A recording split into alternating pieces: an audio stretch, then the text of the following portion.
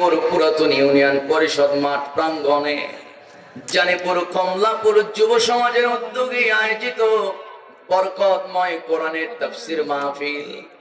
আল্লাহ তাআলা তোমার বান্দা বান্দিগুলো ধৈর্য সহকারে যারা কোরআনের ডাকে সাড়া দিয়ে কোরআন যারা শ্রবণ করলো, আল্লাহ এই জান্নাতের বাগানে যেমন করে আমরা ধৈর্য সহকারে এতক্ষণ কোরআন শুনলাম, ও মালিক আমাদের মধ্যে কাউকে জাহান্নামে দিও না।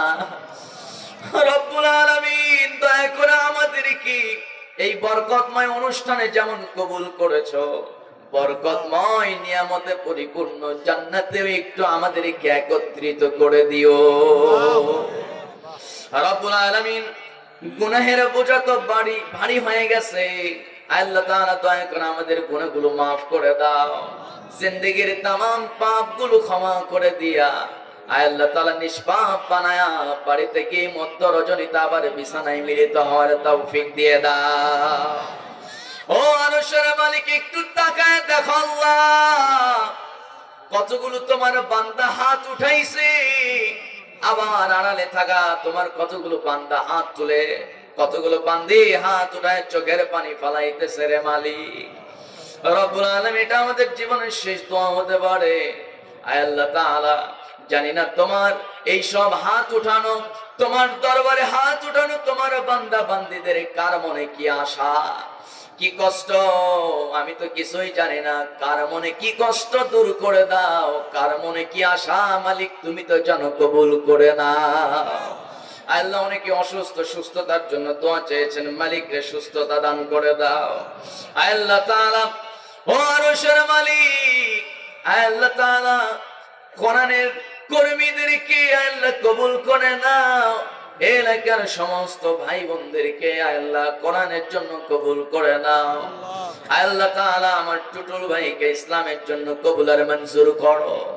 রব্বুল আলামিন আল্লাহ তাআলা হাসরের ময়দানে আল্লাহ তাআলা এমন দৃশ্য যেন দেখতে না হয়, হয়তো আমি জান্নাতি হয়ে গেছি, আমার বাপ মা জাহান্নামী হয়ে গেছে, অথবা আমার বাপ মা জাহান্নামী হয়ে গেছে, আমি জান্নাতি হয়ে গেছি, এইরকম যেন আল্লাহ তাআলা না হয়।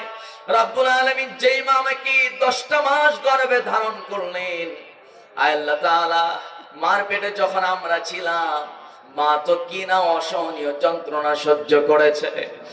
রব্বুল আলামিন পেটে ধারণ করে সারাদিন বাড়ির কাজকর্ম করা নিয়ে মা আমার দারুণ ব্যস্ত। দিন শেষে বিকেল বেলা মায়ের শরীরটা ভীষণ ক্লান্ত হয়ে গেছে।